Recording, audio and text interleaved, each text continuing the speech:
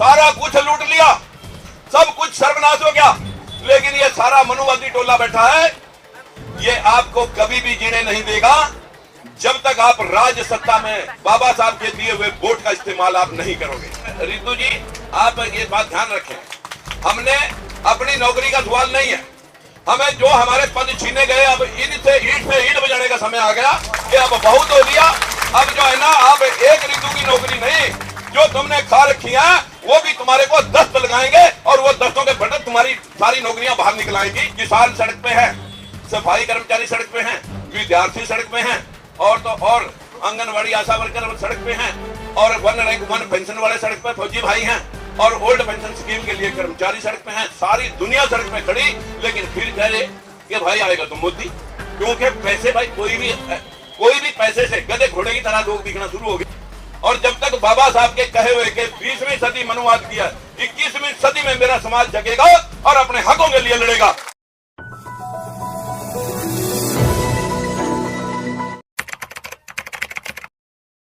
आज मैं रितु के समर्थन में आया हूं और हमारी लोकतंत्र सुरक्षा पार्टी के साथ SC ST OBC और माइनॉरिटी की लगभग 10 पार्टियां जुड़ी हुई हैं, जो थर्ड फ्रंट के रूप में आपको इंसाफ दिलाने के लिए हम दिन और रात नरेंद्र मोदी और मनोहर लाल खट्टर की पूरे प्रदेश में अर्थी को उठा करके हर रोज एक जिले को कवर करते हैं और लोगों को बताते हैं कि यहाँ पर जातिवाद, मनुवाद का हिंदूवाद, हिंदुत्व, हिंदू मुसलमान, ये जो नफरत का बाजार है कि यहाँ पर हमारे बच्चों की हिस्सेदारी, हमारे बच्चों का जो है ना शिक्षा, हमारे बच्चों के स्वास्थ्य के ऊपर कोई जिम्मेवारी इनकी नहीं है।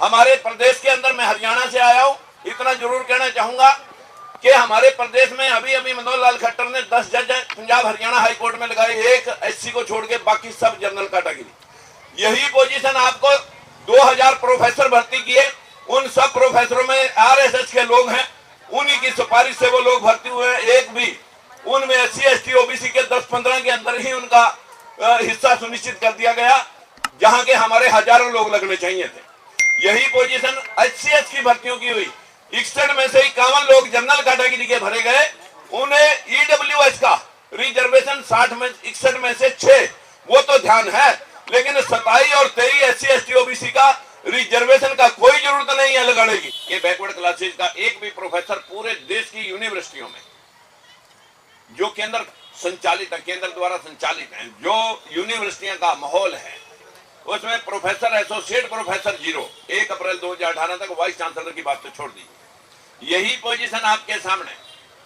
जो असिस्टेंट प्रोफेसर है, और ये 50% कह रहे हैं, 15% लोगों का 50% नहीं, उसमें सब हम जनरल कैटेगरी में इन्वॉल्व थे, लेकिन जनरल कैटेगरी की इन्वॉल्वेशन में अब सरकारों ने, केंद्र और स्टेट सरकारों ने कर दिया कि आप उसी जिस कैटेगरी में आप आते हो उसी में आप अप्लाई कर सकते हो, आप दूसरी कैटेगरी में अप्लाई ही नहीं कर सकते। तो अधोघोषित, बिना घोषणा के 15% लोगों का रिजर्वेशन जो है ना अब 50% हो गया, और बैकवर्ड क्लास जो 60% है, 55% है स्टेट वाइज, उनका जो है अब जो 27% है, वो 27% भी अब 17% पे आ गया। अब हालात ये हो गए कि 85% लोगों के पास, क्योंकि EWS का रिजर्वेशन हमने HCS की भर्ती में देखा, उनका 6 आदमी, 6 बच्चे, 6 छात्र, 6 अभ्यर्थी, उनको तो पक्का सिलेक्ट किया गया। 44 जनरल कैटेगरी के वैसे भर्ती किए गए, 6 EWS से किए गए, यानी 61 में से 50 लोग, और SC के सिर्फ 6 और बैकवर्ड के 4, यानी 85% लोगों का हिस्सा 16%, 6 और 10 16%, और 15% लोगों का हिस्सा 84%। फिर भी ये लोग अलग अलग धड़ों में घूम रहे हैं। आज मैं अभी जंतर मंतर से आया हूं, ना जाने वहां पर कितने अलग अलग संविधान दिवस पर प्रोग्राम रखे हुए थे, लेकिन ये नहीं कि सारे मेन आदमी एक ही मंच से जाके एक ही व्यक्ति एक ही ढंग से बात करें। सारा कुछ लूट लिया, सब कुछ सर्वनाश हो गया, लेकिन ये सारा मनुवादी टोला बैठा है, ये जो सारा मनुवादी टोला देश में बैठा है, ये आपको कभी भी जीने नहीं देगा जब तक आप राज्य सत्ता में बाबा साहब के दिए हुए वोट का इस्तेमाल आप नहीं करोगे। आप बाबा साहब किसको गुरु मानते थे? फूले साहब को 150 वर्ष पहले गुलामगिरी लिख दी गई थी। 150 साल पहले गुलामगिरी लिख करके महात्मा ज्योतिबा फूले ने कह दिया कि ये सारे शास्त्र काका की वही, काका का पेन, काका की शाही, जो लिख दिया वही सही। लिखने वाले ये थे, पढ़ने वाले ये थे, हम लोगों को तो सुनाने वाले भी ये थे।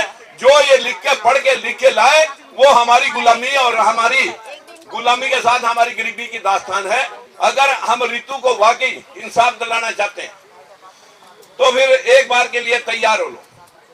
मैं यहाँ पर एक झंडा बुलंद करता हूँ, हमारे साथ 5-4 पार्टियां जुड़ी हुई हैं, उन सब को लेके आते हैं। और ऋतु जी आप ये बात ध्यान रखें, हमने अपनी नौकरी का सवाल नहीं है, हमें जो हमारे पद छीने गए अब इनसे ईंट से ईंट बजाने का समय आ गया कि अब बहुत हो लिया। अब जो है ना, अब एक ऋतु की नौकरी नहीं, जो तुमने खा रखी है वो भी तुम्हारे को दस्त लगाएंगे और वो दस्तों के बटन तुम्हारी सारी नौकरियां बाहर निकलाएंगी। और ये जो है तुमने खाड़ा रच रखा है, इंकलाब इंकलाब। बहुत मनुवाद ने इस देश का सर्वनाश किया। इस देश के अंदर जो हुआ वो घटा नहीं और जो घटा वो लिखा नहीं। व्यवस्था आप ये समझिए, America, Canada, Australia, German, Japan, चीन, रूस, यहाँ कोई सरस्वती, लक्ष्मी या दुर्गा नहीं है। वो 1 और 2 पावर ब्लॉकों के जहां दुर्गा नहीं है, शक्ति का सारा उनके पास चला गया। सारा धन चाइना, अमेरिका, ऑस्ट्रेलिया पे, चीन, रूस, दुबई पे चला गया, जहां कोई देवी नहीं है। इस देश के अंदर ज्ञान की देवी सरस्वती को पूजा जा रहा है हर कॉलेज स्कूल में। जहां कोई ज्ञान नाम की कोई चीज पढ़ाई नहीं जा रही, यहाँ आज भी रामलला हम आएंगे, मंदिर वहीं बनाएंगे, हम बस हिंदू और मुसलमान। ये 2 करोड़ नौकरियां गायब होगी। जो 2 करोड़ नौकरियां देने थी, 15 लाख भी ना आए, किसानों की आमदन 2 गुनी भी ना हुई, भ्रष्टाचार, महंगाई पे भी अंकुश न लगा।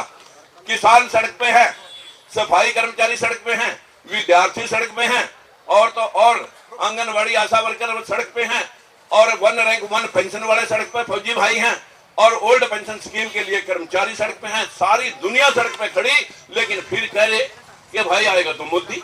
क्योंकि पैसे, भाई कोई भी पैसे से गधे घोड़े की तरह लोग बिकना शुरू हो गए। और जब तक बाबा साहब के कहे हुए कि 20वीं सदी मनुवाद किया, 21वीं सदी में मेरा समाज जगेगा और अपने हकों के लिए लड़ेगा। आज अपने हकों की लड़ाई के लिए इकट्ठे होकर के काम करें। यही बात कहने के लिए मैं आपके पास आया।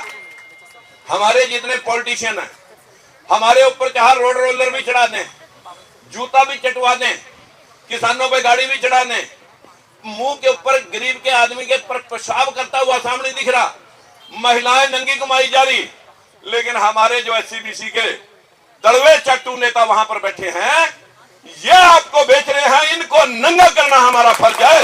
इन लोगों की वजह से हम लोग महरूम हैं, मायूस हैं और हम न्याय से दूर हैं। इन लोगों को जो ये इन पार्टियों की दलाली कर रहे हैं, इन लोगों को, ये भेड़ की खाल में भेड़िए छुपे हुए हैं, इन लोगों को नंगा करना हमारा सबका ध्येय रहना चाहिए कि ये किसकी पार्टी का टिकट लेके आया, ये कहां से टिकट लेके आया। इनकी टिकटा अगर आप जागृत हो जाए तो 5 रुपए में बस वाला भी ना खरीदे जो 5-5 करोड़ में बिक्री। तो मैं ज्यादा कुछ ना कह करके ऋतु बहन को मैं आश्वस्त करता हूं।